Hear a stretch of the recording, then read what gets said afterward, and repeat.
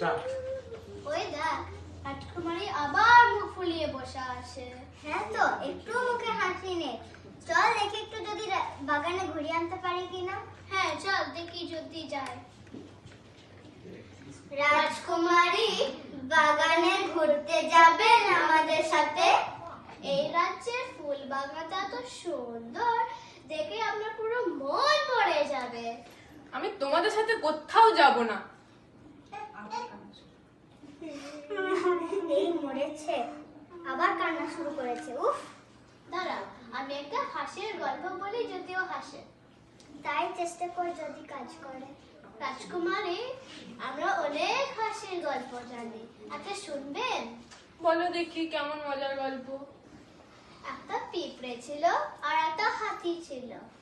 হাতি পিঁপড়ের উপরে বসেছিল, কিন্তু পিঁপড়ে চেপকে যায়নি। কেন বলুন তো?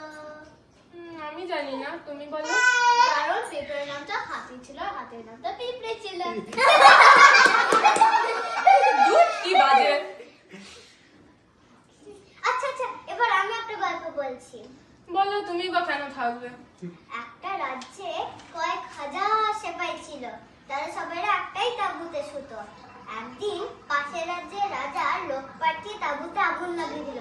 সবাই জ্বলে গেল, কিন্তু কেউ মরল না। কেন বলুন তো? আমি জানি না, তুমি বলে দাও। কেন কি, ওরা সবাই তার পাতা সেপাই ছিল। তোমরা এই বাজে বাজে গল্পগুলো বলে হাহা করে হাসছো। আমার মুখ দেখে কি তোমাদের হাসি আসছে? হ্যাঁ, না মানে কি? না মানে কি? আমার সামনে তোমরা তোমাদের মুখ কখনো দেখাবে না। না রে খুশি, এটাও হলো না, কিছুতেই কিছু হচ্ছে না। আচ্ছা, প্রথম দিন যখন রাজকুমারী এসেছিল, তখন রাজকুমারী রাজামশাই বড় বড় চুল দাঁড়িয়ে দেখে খুব ভয় পেয়ে গেছিল। তো যদি আমরা রাজকুমারীকে বলি, যদি আমরা রাজামশাইকে বলি যে চুল দাঁড়ি কেটে দিতে, তাহলে না না না না না না, চুল দাঁড়ি কাটা যাবে অসম্ভব। আমার চুল দাঁড়ি না না, অসম্ভব।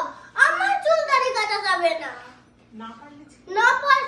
না পারলে অন্য রাস্তা খোঁজো, না পারলে হাল ছেড়ে দাও। না না রাজামশাই, আমরা হাল ছাড়বো না, কিছু একটা করে রাজকুমারীকে হাসাবো। আমাদেরকে একটু ভাবতে দিন। এই তো বুদ্ধি এসেছে, এই তো। দারুণ বুদ্ধি, এতেই কাজ হবে। রাজামশাই